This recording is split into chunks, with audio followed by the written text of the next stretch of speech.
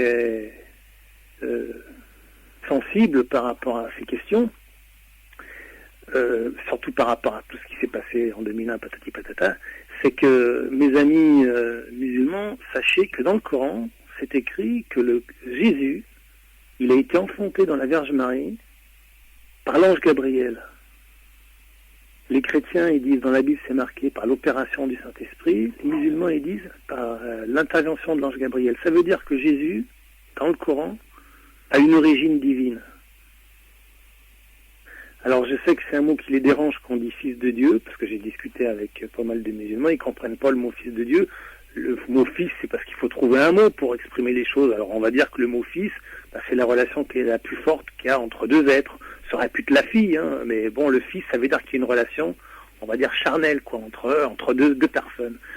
C'est ça, mais après, peut-être que le mot, il n'est pas juste quand on dit que Jésus, c'est le Fils de Dieu. En tout cas, c'est Dieu, quelque part, une partie de Dieu. Alors, il y en a qui vont dire, ouais, mais Dieu, Jésus, quand il est là sur la terre, pendant ce temps, il s'occupe pas de comment tourne l'univers, tout ça. Bon, moi, après, parce qu'on peut sans arrêt ensuite poser des questions. Mais j'avais envie de parler de ça.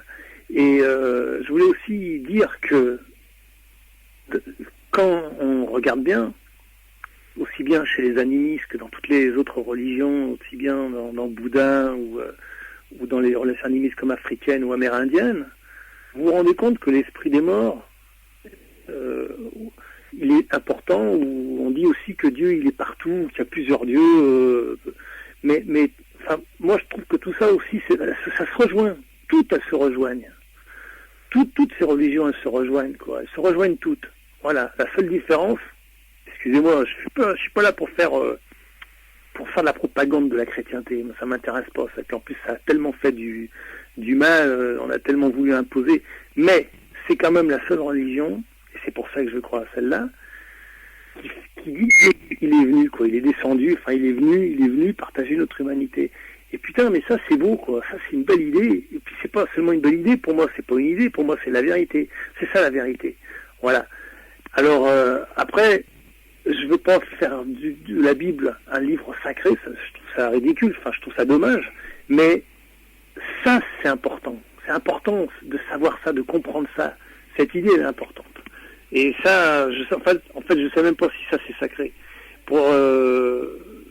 Moi, je crois que ce qui est sacré, c'est la vie, quoi. Et puis c'est les autres. C'est ça, les autres. L'individu, toi et moi, l'être humain, c'est ça qui est sacré. Voilà. Un texte ne peut pas être sacré. Comment? Un texte ne peut pas être sacré. Moi, personnellement, j'arrive pas à prouver qu'un texte, il est sacré. Mais évidemment, ceux qui pensent qu'un texte, il a été écrit par Dieu, je comprends qu'on puisse dire qu'il est sacré. Mais le Dieu, s'il écrit quelque chose, il va pas faire des fautes énormes. Il va pas dire aujourd'hui quelque chose, le lendemain d'autres choses. Si le Dieu, il écrit quelque chose, il va l'écrire pour toujours.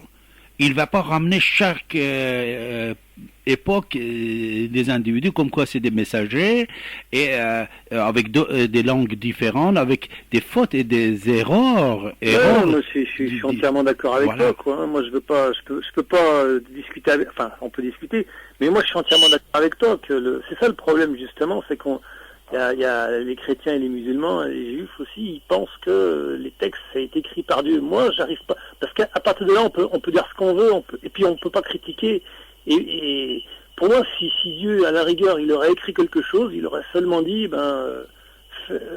respectez, faites aux autres ce que vous voudriez qu'on vous fasse, quoi. Ouais. Et puis c'est tout, ça s'arrête là. Tout le reste, franchement, c'est de la, je sais pas, c'est pas important, quoi.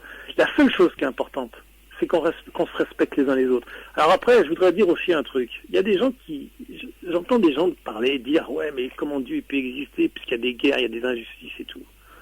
Ouais, mais il faudrait quand même, messieurs, dames, que vous vous interrogiez un petit peu plus et que vous regardiez qui c'est qui fait les guerres. C'est pas Dieu qui dit aux hommes de faire les guerres. C'est les hommes qui la font. Et pourquoi ils la font? Pourquoi ils la font? Parce qu'ils sont libres, parce qu'on est libre. Ça veut dire quoi, ça? Ça veut dire que Dieu, il nous laisse libres. Alors c'est vrai que c'est facile aussi de ne pas y croire. Mais c'est ça la liberté, c'est ça la liberté. On est libre. On est libre de faire le bien, on est libre de faire le mal. On est libre de penser d'ailleurs ce qu'on veut. si par exemple en face de moi il y a une personne et puis que je la prends pour un con, ben elle sera peut-être pas conne cette personne. Et à partir du moment où moi je la prends pour un con, quelque part elle sera conne. Et le contraire aussi, si je la prends pour quelqu'un d'intelligent, ben elle sera intelligente. Peut-être pas parce qu'elle est particulièrement intelligente, mais parce que moi je la trouve intelligente. C'est ça notre liberté. On peut penser ce qu'on veut. On peut penser que la vie elle est dégueulasse, on peut penser que la vie elle est belle. Puis il y en a qui essayent de justement de trouver leur milieu. Mais c'est ça. Et ça aussi j'aime bien ça. Et c'est pour ça que ma foi, c'est ma foi qui me fait parler là. Et puis il n'y a pas que ma foi. Enfin, ce que je veux dire, c'est que je le comprends encore plus ce Dieu-là qui nous laisse libres. Parce qu'il veut pas s'imposer. Il nous oblige à rien du tout, quoi. Il nous a seulement proposé un truc. C'est voilà, aimez-vous les uns les autres. Respectez-vous, et puis voilà, ce serait comme ça, ce serait bien, quoi, si vous suiviez ça. Oui. Voilà. Naïmé, bonjour. Oui, bonjour. Merci, Gabriel. On est avec Gabriel. Naïmé, bonjour. Valide, vous êtes là, Valide? Oui, mais voilà, Valide aussi, 2 fois c'était coupé. Bonjour, Valide, bonjour, Naïmé. Bonjour. Donc moi, je voulais intervenir pour dire que j'étais tout à fait d'accord avec Farid, que toutes les religions étaient critiquables. Mais ce que je comprends pas, c'est quand on regarde les émissions, ou que ce soit à la radio ou à la télévision, on ne parle que de l'islam, on ne critique que l'islam. Pourquoi, à votre avis, actuellement, on parle beaucoup de l'islam, Naïmé? Pourquoi? C'est parce qu'il y a Al-Qaïda, il y a tout ça, il y a les guerres en Irak. Mais ce que je comprends pas, c'est qu'on associe la guerre en Irak avec l'islam, on associe vous permettez, avec l'islam. Oui, allez-y. Sauf en Irak, il y en a d'autres problèmes dans le monde aussi. Ce n'est pas seulement l'Irak, non? Ou par exemple l'Algérie depuis le fils Madani Abbasi, en Afghanistan depuis Taliban, en Iran depuis Khomeini, en Arabie Saoudite depuis Wahhabin. Mais ce que je veux dire, c'est que l'islam, c'est une religion tolérante. C'est ça que les gens ne comprennent pas, c'est que c'est une religion tolérante. À la rigueur, il y a une minorité de gens qui prônent la violence, mais c'est pas nous. Nous, on est une grande majorité, et nous, notre islam, c'est la tolérance, c'est la solidarité, l'amour. Et c'est ça que je comprends pas, c'est qu'on se focalise sur la minorité qui salit la majorité, comme dans tout. Et c'est pour ça que ça me met hors de moi le fait qu'on critique l'islam négativement alors qu'il y a des choses positives. Je suis tout à fait d'accord. Allô? C'est ça le problème, c'est que... Walid, vous êtes là aussi. Hein. Oui. Hein. Oui, non, Naïmé, vous avez raison. Vous savez, Naïmé... C'est ça, c'est que je suis désolée. Ouais. Je suis désolée, c'est pas normal qu'on puisse comme ça critiquer l'islam. Dans toutes les émissions, on ne peut pas critiquer l'islam, Naïmé? Si, bien sûr. Voilà. Le problème, c'est que pourquoi on ne critique pas le judaïsme, le christianisme? On le critique aussi, ça. Je crois, Le problème, c'est qu'on se focalise trop sur l'islam. En ce moment, il y a des émissions que sur l'islam. Ouais. Et en plus de ça, c'est que des choses négatives qu'on dit sur l'islam. Il n'y a pas de choses positives. Dans ce cas-là, je suis désolée, mais quand on critique quelque chose, on critique positivement et négativement. Mais là, ce qu'on nous montre, c'est seulement le négatif.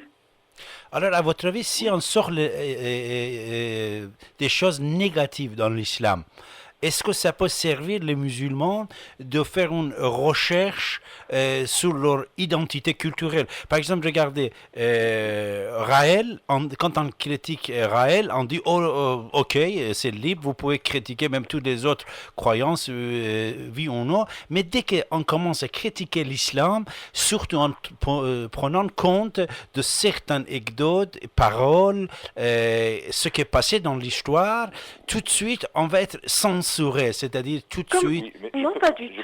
C'est-à-dire censuré jusqu'ici, les émissions, elles n'ont jamais été censurées, celles qui critiquent l'islam.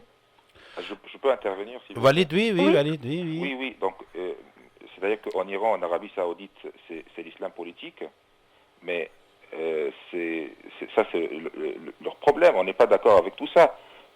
Vous êtes d'accord avec qui? Parce que dans tous les pays musulmans, il y a un islam en pouvoir, mon ami. Vous permettez? Regardez, Walid. En Pakistan, vous avez la République islamique de Pakistan. En Afghanistan, vous avez la République islamique d'Afghanistan. Oui. En Arabie Saoudite, c'est Arabie Saoudite politique. En Jordanie, en Iran, en Irak, demain, vous allez avoir une autre République islamique. En Mauritanie, vous avez la République islamique. Partout, même en Égypte, même en Turquie, qui est laïque. Vous êtes à l'écoute de la radio en Égypte, vous avez Al-Azhar. Vous savez qu'en Égypte, la loi, c'est la loi française. Et sur l'internet, ici-et-maintenant.com. Je vous dis quelque chose. Monsieur Abbasi, écrivain et historien, est avec vous les derniers samedis de chaque mois, de 23h à 7h du matin. Son site internet, davidabassi.com, Abassi, A2B-A-S-I. Ici et maintenant, 24h sur 24, sur internet, ici et maintenant.com. Cette nuit, mes chers amis, nous sommes quoi? Nous sommes le samedi.